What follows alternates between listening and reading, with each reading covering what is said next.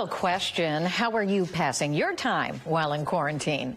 Some people sleep, some take extra walks, some have picked up hobbies, but one Ohio college student is challenging himself in a big way. For the first time in the world, we're introducing you to the man who can not only juggle, not only ride a unicycle, but also solve a Rubik's Cube at the same time. What? We're taking you to Beaver Creek with Thaddeus Kruger. Good to have you, Thaddeus.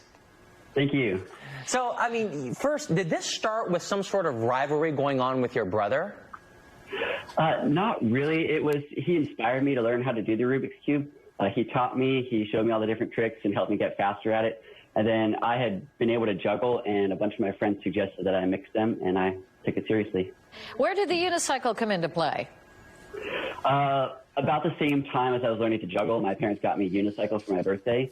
So I had been able to use it for about 6 years or so before I finally decided it's time to get the juggling and the cube solving at the same time on the unicycle. I mean, one of those things is hard enough to master, let alone all three of them. We have video of you right here making that record.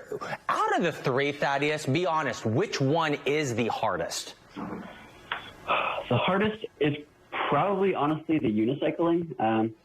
Solving a cube, anybody can do it if they're taught well. There's good YouTube videos to learn. It's not as hard as a lot of people think. Juggling, it just took me a bunch of practice. That one might have taken the most time, but I just put in the work and had some good tips and tricks from my friends and family. And then the unicycling just took a little bit of extra work just figuring it out. So where does the Rubik's Cube solving come into play? Were you actually stopping your juggling, or how do you solve it and do all those things? So if I'm going to solve it while juggling, I would just be juggling it and then try and get a couple moves done on the cube. There's very little time. Basically, whenever it lands in one hand, you do a move. I do clockwise moves in my right hand and counterclockwise moves in my left hand. Oh my gosh. Some people do it differently. Can you get, now I know you were testing it. We saw you testing it earlier. Can you show us you doing it in that small space in your dorm room? Yes, yep. I will show you. A full solve takes a couple minutes, but I'll show you just like the last little step. On my unicycle over here. So yeah. Now, can you talk at the same time? Are you that multitasked on top of it?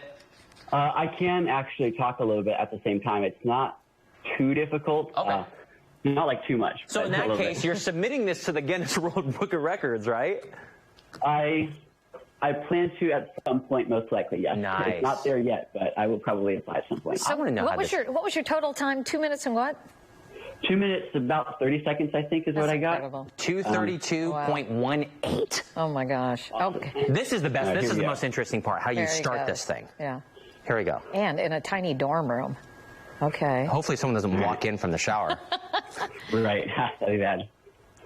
And see, look, he's using his fingers. To slide it. To like twist it.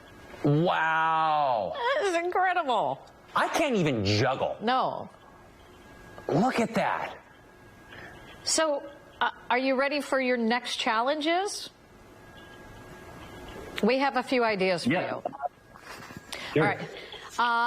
So one would be the fastest time to solve a Rubik's Cube while blindfolded and riding a unicycle. That has not been done before.